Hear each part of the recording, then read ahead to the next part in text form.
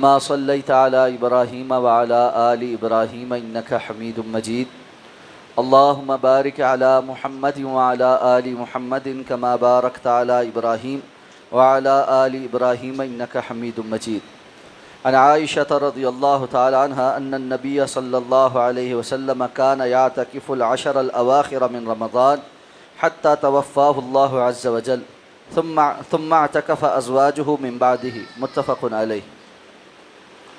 ام المؤمنین حضرت عائشہ صدیقہ رضی اللہ تعالی عنہ بیان فرماتی ہے کہ جناب نبی کریم صلی اللہ علیہ وسلم ہر سال رمضان کے آخری عشرہ میں اعتکاف فرمایا کرتے تھے، یہاں تک کہ اللہ تعالیٰ نے آپ کو وفات دے دی، اور پھر آپ صلی اللہ علیہ وسلم کے بعد آپ کی ازواج مطہرات اعتکاف کیا کرتی تھی۔ یہ حدیث مبارکہ صحیح بخاری اور صحیح مسلم کی متفق علیہ روایت ہے۔ رمضان المبارک کے آخری عشرہ میں اعتکاف بیٹھنا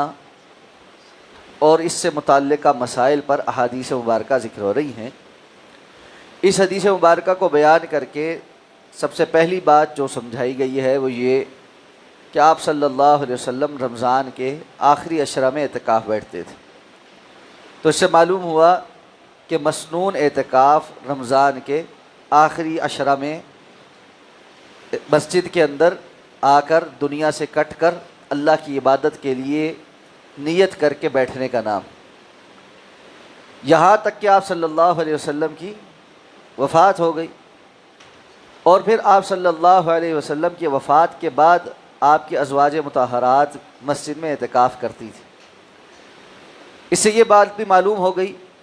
کہ یہ سنت آپ صلی اللہ علیہ وسلم کی زندگی تک جاری رہی، اور اس کے بعد بھی صحابہ اور صحابیات نے اس پر عمل کیا،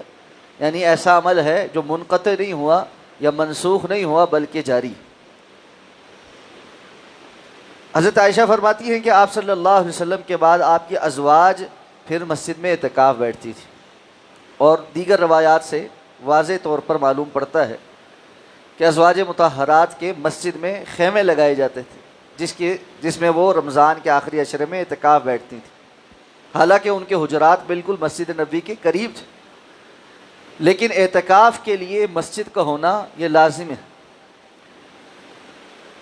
قرآن مجید میں اللہ رب العزت نے اعتکاف کو مسجد کے ساتھ مشروط کیا ہے، وَلَا تُبَاشِرُوهُنَّ وَأَنْتُمْ عَاكِفُونَ فِي الْمَسَاجِدِ، کہ رمضان کے آخری عشرے میں جب تم اعتکاف کی حالت میں ہو تو اپنی بیویوں سے ازدواجی تعلق قائم نہیں کرو گے، ساتھ فرمایا وَأَنْتُمْ عَاكِفُونَ فِي الْمَسَاجِدِ، جبکہ تم مسجدوں کے اندر معتکف۔ تو اعتکاف مسجد کے ساتھ مشروط ہے، مرد کے لیے بھی اور خواتین کے لیے۔ یہ جو ہمارے ہاں ایک مسئلہ معروف ہو گیا کہ خواتین کا اعتکاف گھر پر ہے، اس کی کوئی شرعی دلیل؟ خواتین کا اعتکاف بھی مسجد میں ہی، اور ایسے میں اگر وہ اعتکاف کرنا چاہیں اور پردے وغیرہ کے معاملات درست ہوں اور انتظام ہو تو ان کو بھی مسجد میں ہی اعتکاف بیٹھنا چاہیے، اور اگر کسی جگہ مسجد میں اس کا انتظام نہیں ہے تو وہ اس کی مکلف نہیں۔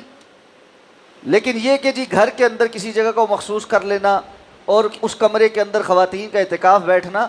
یہ ہمیں سلف صالحین سے اس کا کوئی اثبات نہیں ملتا۔ اس لیے خواتین کا اعتکاف بھی مسجد میں ہی، اور مردوں کا اعتکاف بھی مسجد میں ہی۔ ابھی آگے انشاءاللہ مزید مسائل ذکر ہوں گے کہ کون سی مسجد، اور اگر وہاں پر جمعہ نہیں ہوتا تو کیا معتکف جو ہے وہ جمعہ کی ادائیگی کے لیے دوسری مسجد جا سکتا ہے؟ تو آگے چل کے انشاءاللہ ان مسائل پر گفتگو ہوگی۔ اللہ تعالیٰ سے دعا اللہ ہمیں سمجھ کر عمل کرنے کی توفیق عطا فرمائے۔ سبحانک اللہم و بحمدک، نشہد ان لا الہ الا انت، نستغفرک و نتوب الیک۔